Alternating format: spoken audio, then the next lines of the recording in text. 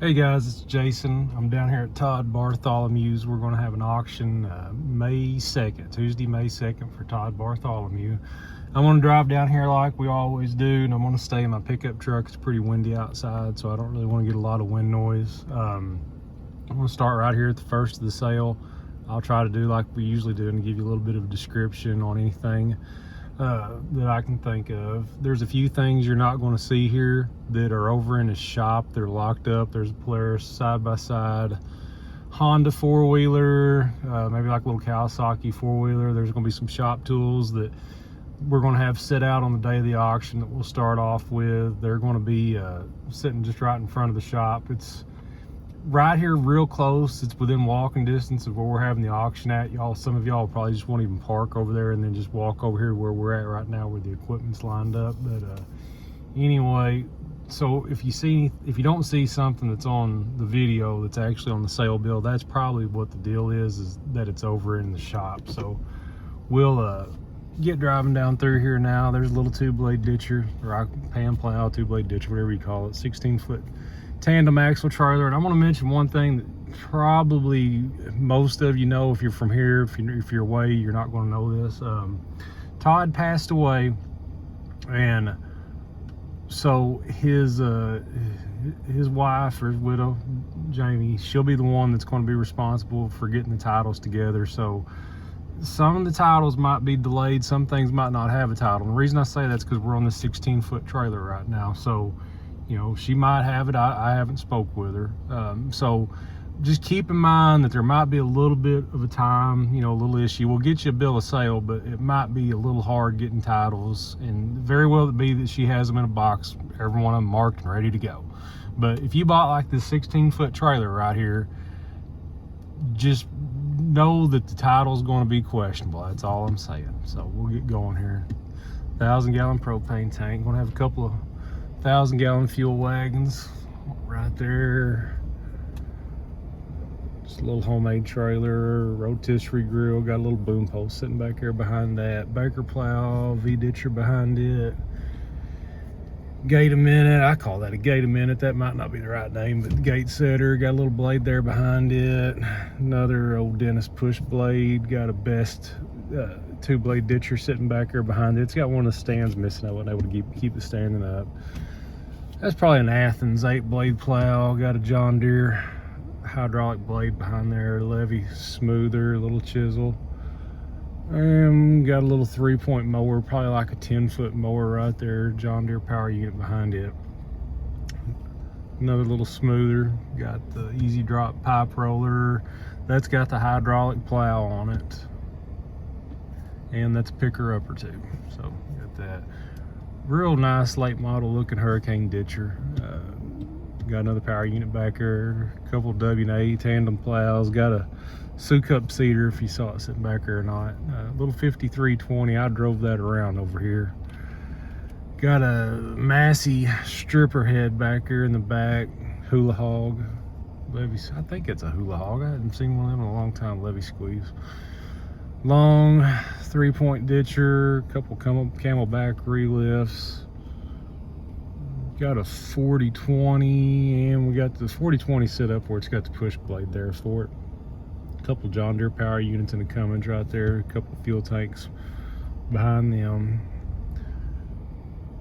Gravity wagon with the seed auger on the side of it. That's gas power. Got the gas engine back here on the back. Got the flat roller.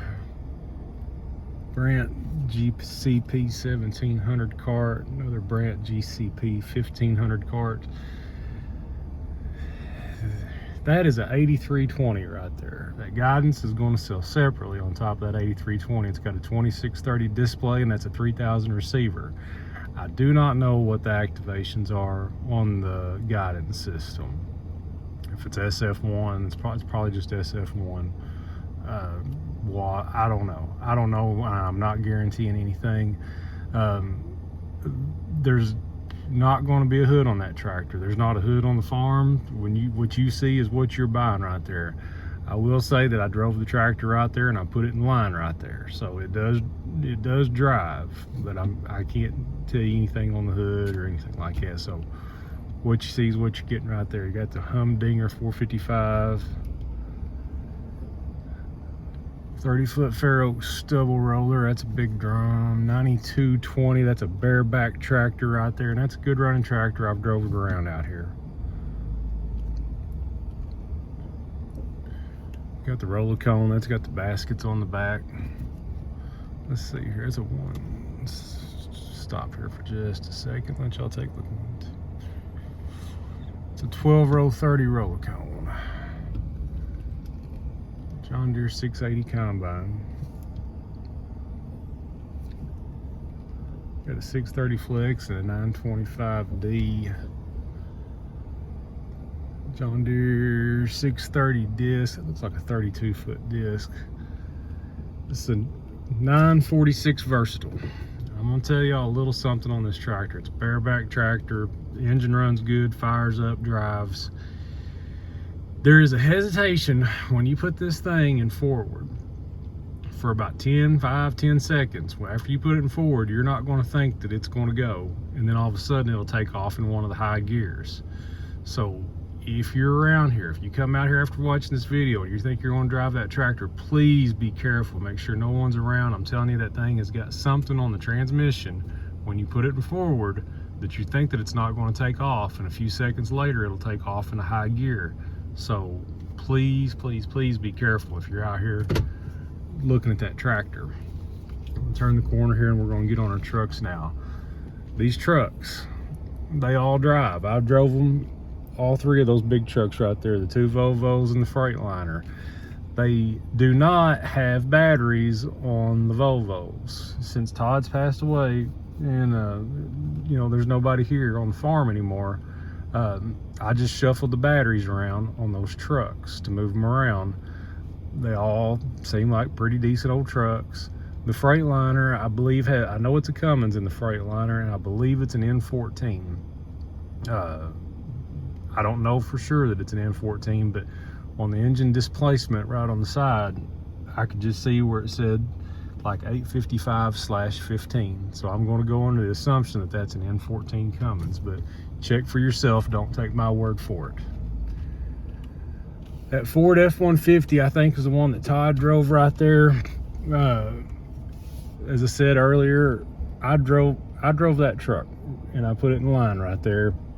It's got a little miss. I think it's probably got an O2 sensor that's messed up on it. It has a hard time running. That's not selling under a green light truck right there. That truck has got a little issue to it right there. Whether it's an O2 sensor, I don't know, but I did drive it. I boosted it off. The battery's dead, but I did boost it off and I drove it to the spot that it's sitting in. Then you got, right after it, you've got the dump trailer. This F-250 right here, I could not find the key for it. Now, I think the key's inside of it. I just used my front end loader and got it around and put it in the spot over here, so I've not heard that truck run. All right, we'll pull up here on our next deal. Turn the corner heading back north. We've got an Amco disc, and that looks like a pretty decent Amco disc. It's got good blades on it. You got a 496 after that, 960 John Deere field cultivator, 4900 Vibrotiller case cultivator.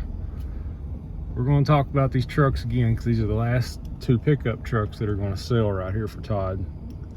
This Chevrolet, I had it running, but I think the alternator's bad on it. Every time I took my booster cables off of it, just after a few seconds it would die. So I'm assuming, I know it has a bad battery, but I'm assuming that the alternator is probably not charging also. Once again, after I did run, but it wouldn't stay running. So just so you know, this Ford F-150 right here, I got it running, but it wouldn't pull. Now, I don't know if it's got transmission issues, that it's lost the fluid and it's just needing fluid, or if it's something deeper than that, that the transmission shot. I don't know. You're not going to buy a running truck right there, so don't buy it and come up here and say, call Jason and say, hey, I can't get this truck to drive, because I'm telling you right now, that truck has got something going on with it. It will fire up, It doesn't have any exhaust on it either. The exhaust is cut off right underneath it, so I don't know if the exhaust is missing on it, but the engine will start.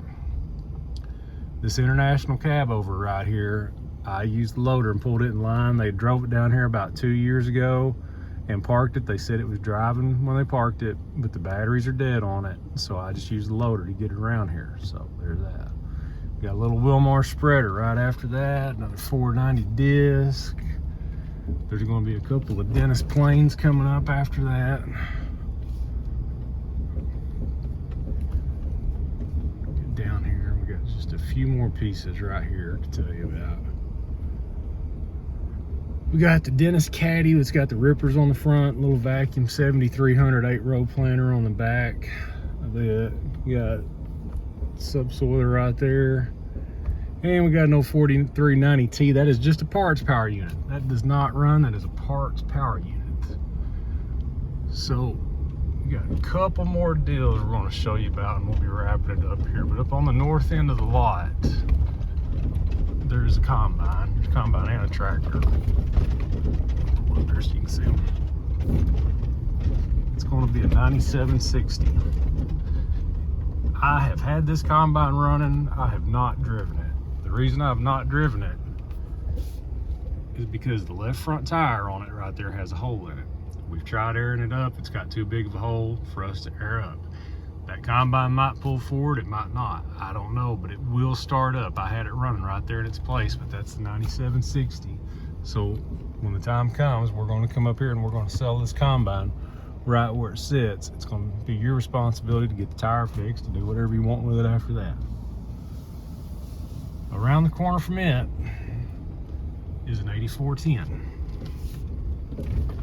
It's a pretty good looking old 8410, but I couldn't get it started. I feel like it might have a starter that's messed up on it. I could get the engine to slowly turn over, but I never could get it to start. So the engine will roll over, but it doesn't roll over very fast. I don't know if it's a starter issue. I don't know if it's an engine issue. Todd's passed and he's not here to tell me. So just so you know, that tractor's in the auction, but it's not running. So that's all on you. Right after that, we're gonna have a couple of Dennis planes sitting there too. And that is all of it, guys. If you have any questions at all, you can call me, Jason, at 573-717-0258. You can give Jack Hollifield a call, 870-926-4173. He'll help you, any questions you got. Feel free to come down here and take a look. Please come down and take a look and inspect everything for yourself. If you have any questions, just give us a call or text. Thanks.